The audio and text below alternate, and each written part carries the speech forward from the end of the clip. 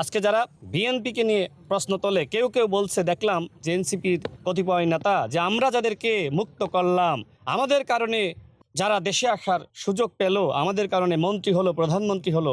আমি তাদের উদ্দেশ্যে বলতে চাই, বিএনপির যদি কোনো ভূমিকা গণ অভ্যুত্থানে না থাকে, তাহলে এদেশের মানুষ কেন বিএনপিকে ভোট দিয়ে ক্ষমতায় আনলো? আপনাদেরকে কেন ভোট দিয়ে ক্ষমতায় আনলো না? সেই প্রশ্ন কি একবার মনের মধ্যে জাগে না? এদেশের মানুষ দেখেছে যে গণ অভ্যুত্থানের সময় আমাদের মাননীয় প্রধানমন্ত্রী কিভাবে তিনি জনগণকে উদ্বুদ্ধ করেছেন, তিনি কিভাবে জাতীয়তাবাদী শক্তিকে উদ্বুদ্ধ করে রাজপথে নামার আহ্বান জানিয়েছেন। জুলাইয়ের ইতিহাস যদি আপনি লিখতে যান, বিএনপি, ছাত্রদল, যুবদল, অঙ্গ সহযোগী সংগঠনকে বাদ দিয়ে জুলাইয়ের ইতিহাস বাংলাদেশে লেখা যাবে না।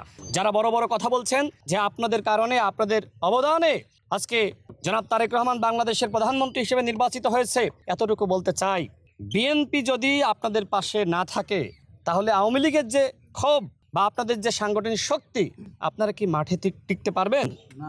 আজকে বড় বড় কথা বলছেন কোন শক্তিতে? আমি তো মনে করি যে বিএনপির যে পরিমাণ সাংগঠনিক শক্তি রয়েছে, এনসিপির যদি তার 10 ভাগের 1 ভাগ থাকতো, ওরা আমাদেরকে বাংলাদেশে থাকতে দিত না। সাংগঠনিক শক্তি নাই, তাই এই অবস্থা। তাহলে বোঝেন যে এরা যদি সাংগঠনিক শক্তি সম্পন্ন ভবিষ্যতে হয়, তাহলে কি করবে? এনসিপি আরেকটি আওয়ামী লীগ হবে। জামাত ইসলাম তো ইতিমধ্যে আওয়ামী লীগের ভূমিকায় অবতীর্ণ হয়েছে।